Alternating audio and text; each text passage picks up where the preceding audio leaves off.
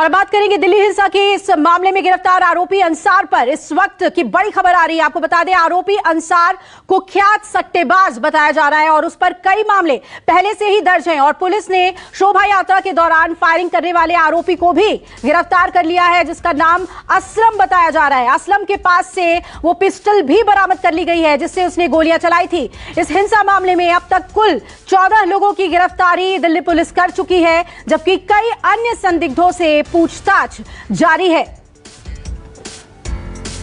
तो जहांगीरपुरी हिंसा मामले में इस वक्त की जो अपडेट आपको दे रहे हैं, फायरिंग करने वाला आरोपी असलम गिरफ्तार कर लिया गया है और उसके पास से पिस्टल भी बरामद कर ली गई है जिससे उसने फायरिंग की थी। वहीं अंसार, इस पर कई मामले पहले से ही दर्ज है और मुख्य आरोपी अंसार बताया जा रहा है। इसके बारे में बताया जा रहा है कि यह एक सट्टेबाज है और अब तक 14 आरोपियों की गिरफ्तारी की जा चुकी है जिसमें अंसार और असलम शामिल हैं। जितने भी वीडियोस दिल्ली पुलिस ने हासिल किए हैं उसके आधार पर लगातार जांच की जा रही है इस मामले में। और जहांगीरपुरी में मौजूद है मेरे सहयोगी दीपक दुबे, उनका रुख करेंगे। दीपक, ये दोनों गिरफ्तारियां कितनी अहम है, खासतौर पे असलम जिसके पास से वो पिस्टल भी बरामद कर ली गई है जिससे उसने फायरिंग की थी?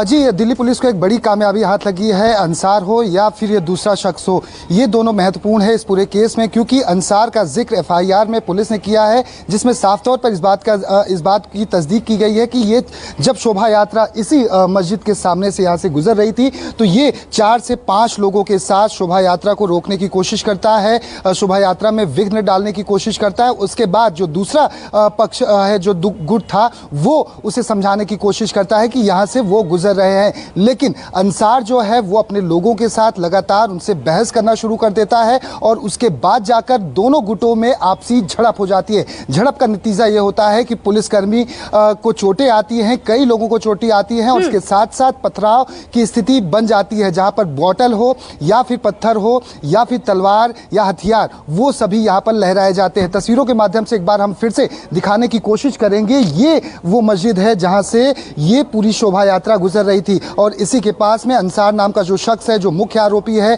ये एक मुस्लिम नेता है और इसी जो सी ब्लॉक है यहीं पर वो रहता था। यहाँ के जो लोग हैं जिनसे हमारी कुछ समय पहले बात हुई, उनका साफ तौर पे कहना है कि ये आपराधिक गतिविधियों में लिप्त रहा है, यहाँ तक कि उसी समुदाय के लोगों को भी ये लगातार धमकियां देता रहता था। यहाँ की यानी कि साफ है कि ये एक तरह का अपना बाहुबल दिखाने की कोशिश करता था और ये हमेशा यहाँ पर अपनी एक जो कहें कि वर्चस्व कायम करने की कोशिश रखता था। ऐसे में इसकी गिरफ्तारी हुई है और दूसरे शख्स की जब गिरफ्तारी हुई जिसने फायरिंग की थी, जिसमें हवा में हथियार लहराए थे, अब उसके आधार पर और लोगों से भी पूछताछ लगातार की जा रही है कि आखिर कितने लोग ऐसे थे जो इस पूरी हिंसा में शामिल थे।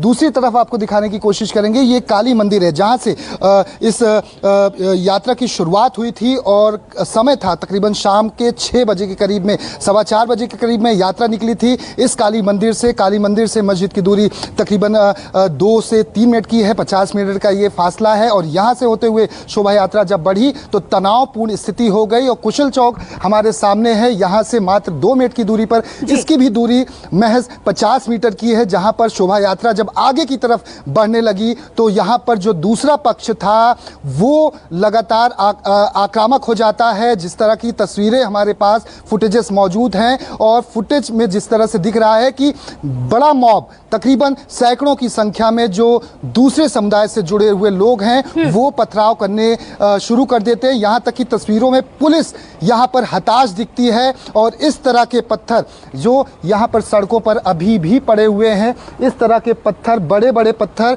आपको नजर आ जाएंगे। इन पत्थरों के जरिए पुलिस बल हो या फिर जो शोभा यात्रा निकल रही थी पीछे से उन पर हमला किया जाता है।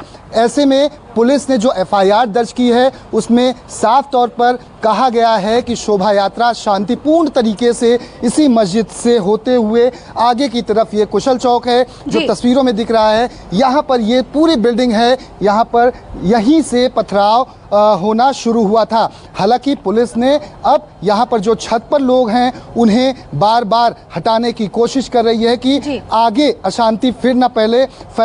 रैपिड एक्शन फोर्स तस्वीरों में साफ तौर पर आपको आपको नजर आ जाएगा, पुलिस के अधिकारी नजर आ जाएंगे जो यहाँ पर लगातार गश्ती कर रहे हैं, क्योंकि ये पूरा इलाका दूसरे समुदाय से जुड़ा हुआ है। लोग छतों पर आएंगे, ऐसे में कोई स्थिति ना बिगड़े, बिल्कुल नियंत्रित रहे, इसके लिए डिप्लॉयमेंट है जो आप तस्वीरों के जरिए दिखा रहे हैं। प्रभाकर मिश्रा और प्रशांत देव भी हमारे साथ जुड़ गए हैं, और प्रशांत देव जहांगीरपुरी थाने में मौजूद है। प्रशांत, आपसे जानना चाहेंगे कि अभी ये 2 गिरफ्तारियां हुई हैं, 14 लोगों की गिरफ्तारी हो चुकी है, और क्या जो फुटेजेस हैं उसके आधार पर और भी लोगों को चिन्हित किया जा रहा है?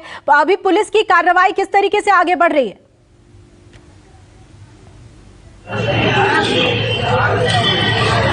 देखिए, सबसे पहले तो जिन लोगों को गिरफ्तार कर लिया है पुलिस ने, उनको पूरी तरह से पूछताछ की जा रही है। क्राइम ब्रांच की अलग अलग टीमें उनको पूछताछ कर रही हैं, और फिर उनकी पूछताछ के आधार पर आगे और लोगों की तलाश चल रही है। ये तो हो गया इन्वेस्टिगेशन का पार्ट की। इस तक अभी प्राइमरी इन्वेस्टिगेशन पुलिस का यही प्राइमरी फोकस यही है कि लॉ एंड ऑर्डर को कंट्रोल किया जाए बिल्कुल जो पूरे इलाके में। दूसरा पहलू जो है वो है कि जो लोग गिरफ्तार हुए हैं उनसे पूछताछ करके जो और लोग शामिल हैं, जैसे जैसे जो इनपुट्स मिले हैं, जो वीडियोस मिले हैं, वीडियो में जो तस्वीरें दिखाई दे रही हैं, उनको गिरफ्तार लोगों से निशानदेही कराकर उन तक पहुंचने की कोशिश की जा रही है। थोड़ा सा ऑडियो और क्लियर हो जाए तो मैं आपके पास लौटूंगी। प्रभाकर, आपका रुख करते हुए समझना चाहेंगे कि अब दिल्ली पुलिस की कोशिश क्या है, क्योंकि कहा जा रहा है कि एक आला अधिकारियों की मीटिंग होगी और उस मीटिंग के बाद वहां के लोगों से अपील की जाएगी न सिर्फ शांति बनाए रखने के लिए, बल्कि अगर उनके पास कोई क्रूशियल क्लू है इस घटना से जुड़ी हुई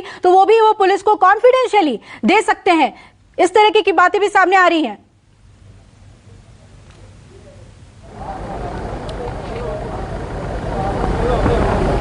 इस तरह की घटनाओं के बाद पुलिस वही कर रही है जो पुलिस करती है, तो इसमें नई बात नहीं है।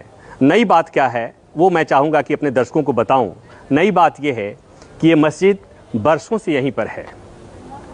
नई बात ये भी है कि वो जो मंदिर है जहाँ से जुलूस निकला था, शोभा यात्रा निकली थी, वो भी बरसों से यही है।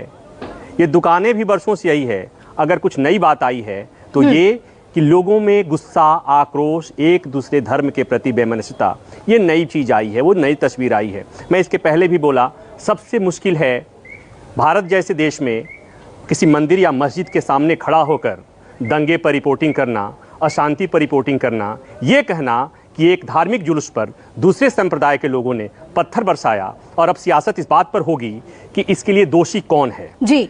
और मैं हमेशा कहता हूं कि ऐसे मामले में हमेशा दंगे का एक समाजशास्त्र होता है, दंगे का एक राजनीति शास्त्र होता है। समाजशास्त्र ये है कि मैं जहां हूं, जहां ये स्थिति हुई है, वहां लो प्रोफाइल लोग रहते हैं जो दिन भर कमाते हैं, शाम को मुश्किल से उनका पेट भरता है, उनके पास खोने के लिए कुछ नहीं है। और जैसा मैंने कहा कि बरसों से जो साथ साथ रहने वाले लोग थे, अचानक ऐसा क्या हो गया कि एक जुलूस निकलता है और लोगों में इतनी बेमनस्यता आती है कि मुझे ये दिखाने में थोड़ी पीड़ा हो रही है कि ये जो चीज़ें दिख रही हैं मस्जिद के प्रांगण के सामने, मुझे नहीं लगता कि इस तरह की तस्वीरें अच्छी तस्वीरें हैं जी।